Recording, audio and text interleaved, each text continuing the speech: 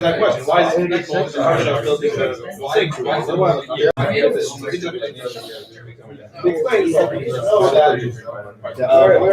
when you're literally building the actual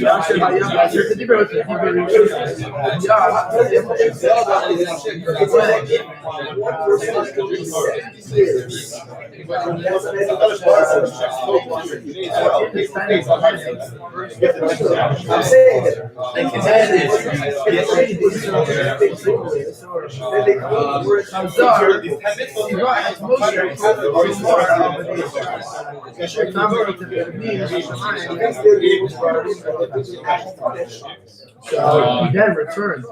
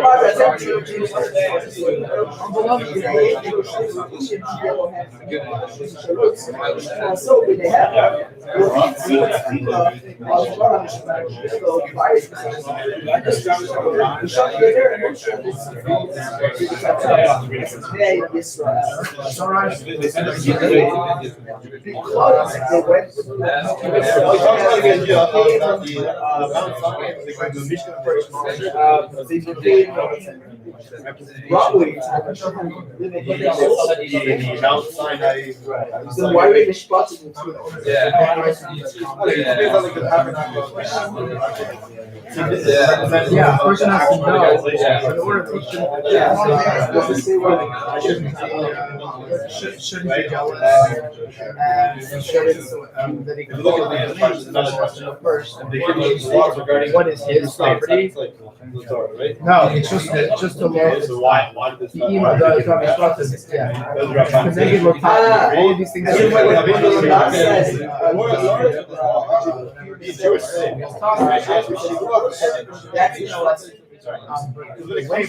We know it.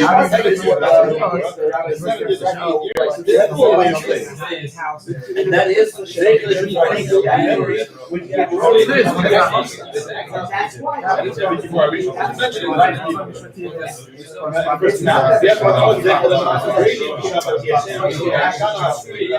says Rashi. Also, the week is creation of the world. And it's supposed to show this.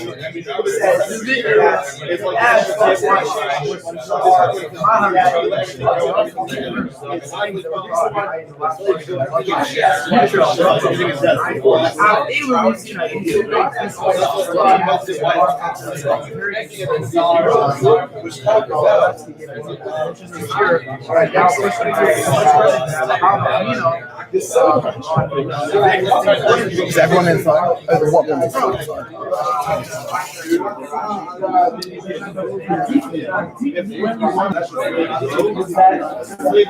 nothing specific to mention.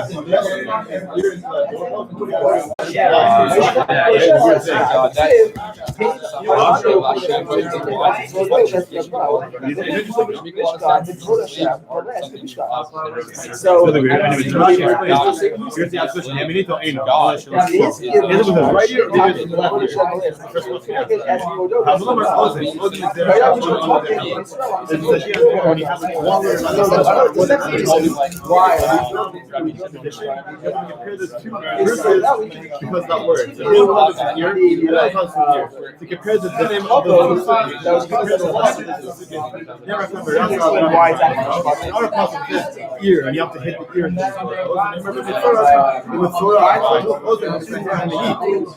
it's another version in Leviticus, you have to use the right ear. So we're using the right ear.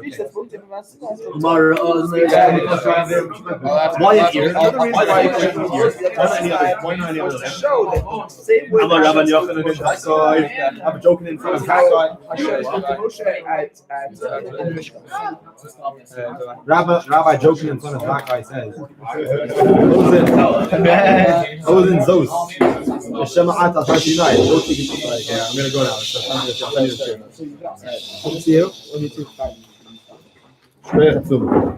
We'd like to thank everyone for joining us. A special thanks and welcome to Ellie Koopman's dad, who's joining us tonight in Yeshiva for CFL. Yeah, Ellie! Love you, Ellie!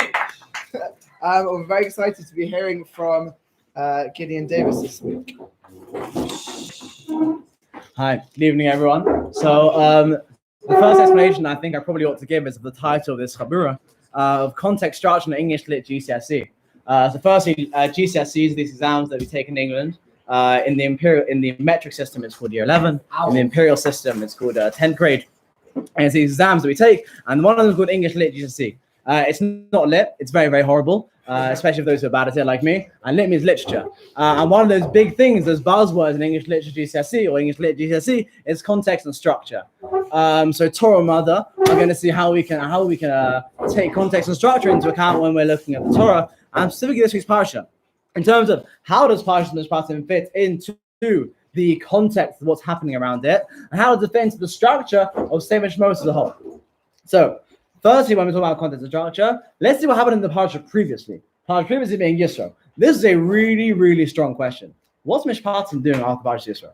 Yisro, we have this big spiritual experience. It's crazy. It's like you're hearing sights and you're seeing sounds, and God speaks to the Bnei Israel, and they're dying and they're coming back to life, and then they can't handle it, and they say, Moshe, just do it for us. And so Moshe does it for them, and the end, the Big Ten Commandments. And it's very exciting. There's thunder and there's lightning, there's a shofar. And then following Parshat Yisro is Parshat Mishpatim, which has lots and lots of intense legal literature. And I don't mean to rip on any of the lawyers in the audience or aspiring lawyers in the audience, but legal literature isn't known for inspiring spiritual experiences. It's known for being intensely boring. And so I don't understand, why does it come afterwards? So we have two reasons here. We have the Ramban and we have Rashi. Ramban says no. Look at this all wrong. They're not two separate events. Yes, you have the event of Har Sinai. But what's the last commandment that we got at Har Sinai? It was don't be jealous, don't covet. And so don't see this parsha or Parshat Mishpatim with the Dina Monos of the monetary laws. See it as an extension of that commandment. Why is it an extension of that commandment? Because if you covet someone else's property and you have an immense amount of jealousy, you're going to come and say to yourself, "Ooh, I really want this," and it's going to become beloved in your heart. And you're going to say, "Wow, I really, really want this." And what are you going to do? You're going to say, "Well, I want this so much that it deserves to be mine," and you're going to come to steal it. And so then you might ask yourselves, so then why is it an extension of don't covet? Surely it should be an extension of don't steal. And so Ramban doesn't say this, but it seems to me that it's saying No, you can't just have the laws. You can't just have the laws. You need to have the underlying social fabric as well.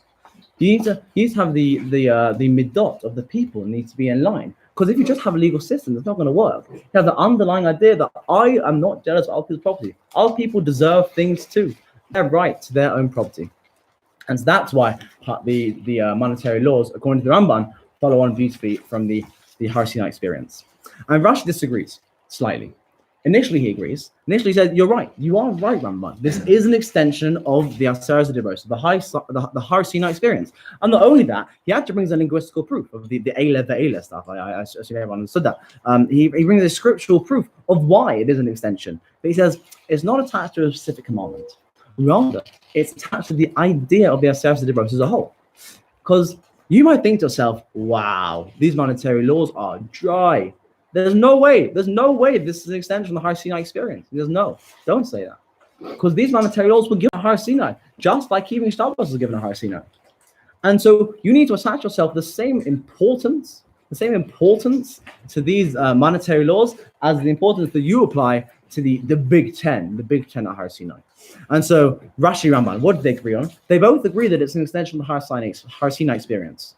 Ramban attaches it to a specific one of the Ten Commandments. Rashi says no. It's the idea of a concept attached to both of them that exists by both. Okay, so now we know what comes before it comes before, right? Why does Parshat Terumah follow Parshat Israel?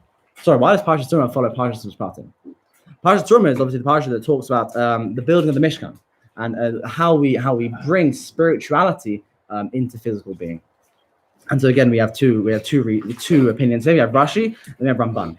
Rashi gives a pretty practical explanation. He says, well, let's think about it for a second. When we get to Eretz Israel, what's going to happen? The Mishkan is going to be replaced with the Beis HaMikdash. And the Beis HaMikdash, geographically speaking, is going to be placed next to the Sanhedrin, the legal court. And so it makes sense. It makes sense that Parshat Terumah is right next to Parshat Mishpatim, because geographically these two buildings are going to be next to each other. He doesn't bring any big symbolic ideas initially, at least, but we could be perhaps in B'daik in the fact that rather than a separation of church and state, Judaism believes in a marriage between the two, in the sense that you can have the legal laws, but you really need a marriage of the legal laws and the more underlying morality of the nation. And so that's perhaps why the two of them would be next to each other in a closer geographic proximity. And Ramban says, no. Looking at this wrong. It's not an extension of Parshat Mishpatim. You need to go all the way back to the Har Sinai experience. This is an extension of the Har Sinai experience, just like Mishpatim was an extension of the Har Sinai experience. And he brings three reasons why it's an extension of that experience. The first one is he talks about the intense emotional connection between Hashem and the Jewish people that was created at Har Sinai.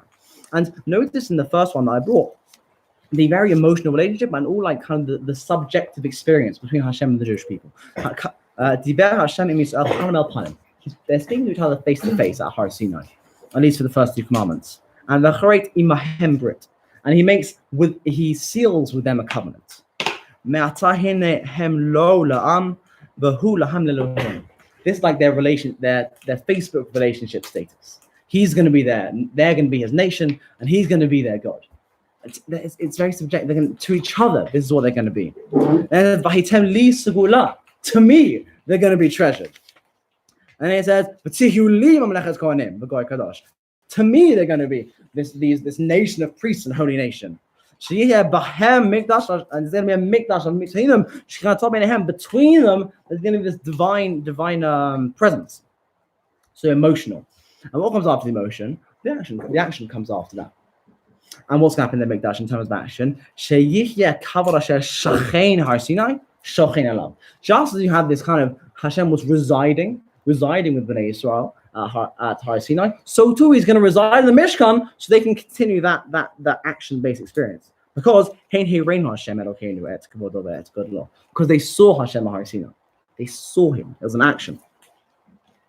The Chavod maleh et HaMishkan. And he's going to feel the Mishkan. He's going to fill it. He's going to fill the Mishkan with his honor. The Chayav Mishkan Tamid in Yisrael HaKavod Sheniva Lahem by Har Sinai. They saw it at Har Sinai. It's sight, action. Because they're going to act. And that's all you need to do to make it real. And the Jewish people and Hashem. And finally, you need to realize that Moshe had basically a 40-day chavrus with the Kadosh Baruch Hu. And it's no accident that chavrus are often compared to relationships and marriages. You can cheat in your chavrusa. Almost walk into the base and see that chavrusa and chumash Rashi with someone else. When you break up your chavrusa, who gets the makom?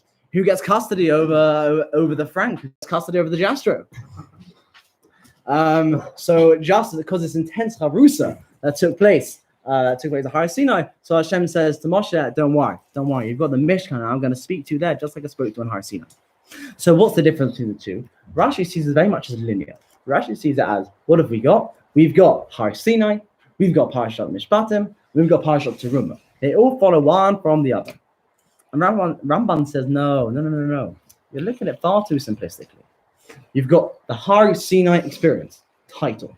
Then you've got two things coming off that. The first thing coming off is Parshat Mishpatim with its legal laws. That's a continuation of the Har Sinai experience. Then Parshat Terumah. This is also a continuation of the Har Sinai experience. Title, two branches coming off. That's the Ramban. Rashi, linear. Perfectly linear progression. Unfortunately, I'm not going to be able to fully cover of why Mishpatim begins the laws regarding slaves, because I would go over the time, and then Yosef would kill me. However, it is absolutely vital that I explain this final source on the back page of Friedrich Nietzsche, spelt wrong, on slave morality. Because if anybody looked at this and said, oh my gosh, Hakotel is giving out kfira, this is undoubtedly against Torah values, you'd be absolutely right. This Makor is absolutely against Torah values. Friedrich Nietzsche, he wasn't an anti-Semite. He didn't support Nazism. His sister did, and she was one of publisher's works, hence the association. However, he was very much a biblical critic. He liked the Old Testament, but he had criticism on it. And he says that the Jews created this thing called slave morality. Why did they create this thing called slave morality? Because they were slaves in Egypt. And what happens after slaves in Egypt? Within the next year or so, they're creating this whole legal system. And so what's their hashkafa? How are they viewing legal systems? How are they viewing moral systems? They're viewing it as slaves. They're viewing the legal system as slaves. And they're viewing the legal systems from a slave perspective. And so their legal systems, moral systems are going to be completely skewed. You can't trust them. Friedrich Nietzsche is an existentialist. He believes that everything's made by people. And this is made by people as well. And this doesn't work because it's viewed through a very specific and subjective lens. But Judaism doesn't see this as a criticism. Judaism says, yeah, that's the point. The point is that we can view our morality through a slave's eyes. The point is that we say, we were slaves in Egypt. And a lot of people in society are going to be on the bottom rungs of society. And we need to be able to help them out. We need to create legal systems that mean they can survive. And we need to create moral systems that mean they can survive. And so what's the first thing that we start our Parshat Mishpatim, all the monetary laws about? Slaves. To remind ourselves. We were slaves in Egypt once. And sometimes we need to look at our legal and moral systems through that lens. And that's how we're going to create a legal and moral system that acts for the many and not just for the few. Thank you very much. Thank you very much to Gideon Davis. We're looking forward to hearing from Ezra Cooper next week. And for the following week, we don't have anyone at the moment. So if anyone would like to sign up, we'd really appreciate that. And particularly if it's an older than Shana Aleph person, because we're trying to alternate, so every 4 weeks or so it's someone older than Shana Aleph. So there's a few of you in the room, feel free to sign up.